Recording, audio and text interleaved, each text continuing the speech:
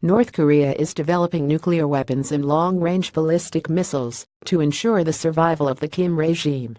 That sounds obvious, but it is a fact that the United States government does not often acknowledge.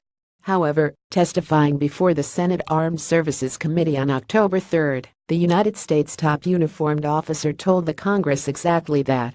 Kim Jong-un is on the path that he is on right now because he believes that's necessary to enhance the survival of his regime. U.S. Marine Corps Gen.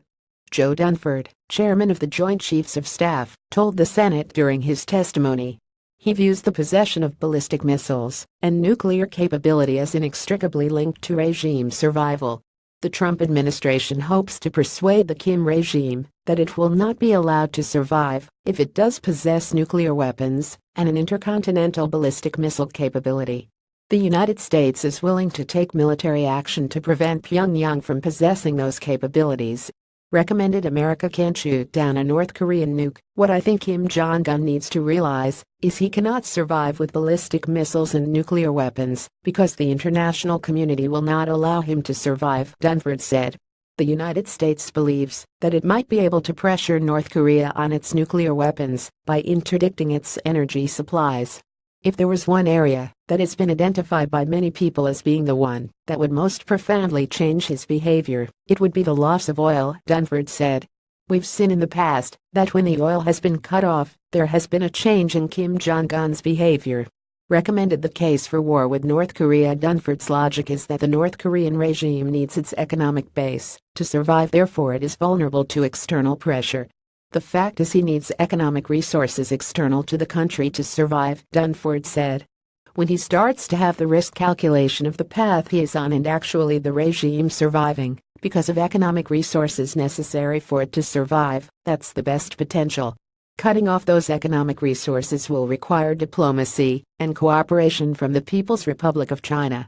Beijing, however, does not have much incentive to cooperate, nor does it want a collapsed North Korean state on its border. Moreover, North Korea has to have some incentive to negotiate. But, despite the problems, diplomacy is a better path forward than a military confrontation. Recommended China's new stealth fighter has arrived. Defense Secretary Jim Mattis, who was testifying alongside Dunford, said that the United States is trying to work with China while trying to establish a direct line of communication with North Korea.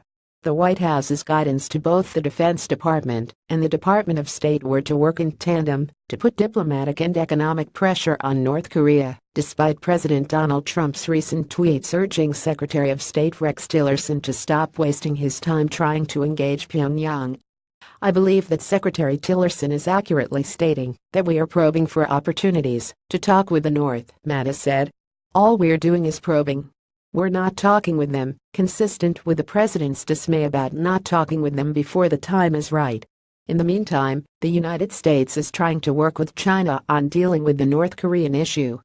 I think the president dispatching Secretary Tillerson to Beijing here within the past several days to carry messages and to look at the way we can work with them, Mattis said. That in fact this is part of a whole-of-government, integrated effort that we have underway right now. The diplomatic option is the best option to resolve the North Korean issue in the Pentagon's view.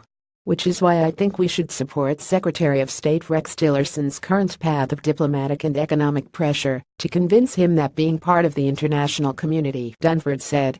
A key component of Secretary Tillerson's plan has been the prospect of North Korea entering back into the community of nations and addressing their economic challenges, when he views the chances of doing that are more important than the path that he is on as a potential for change. Pages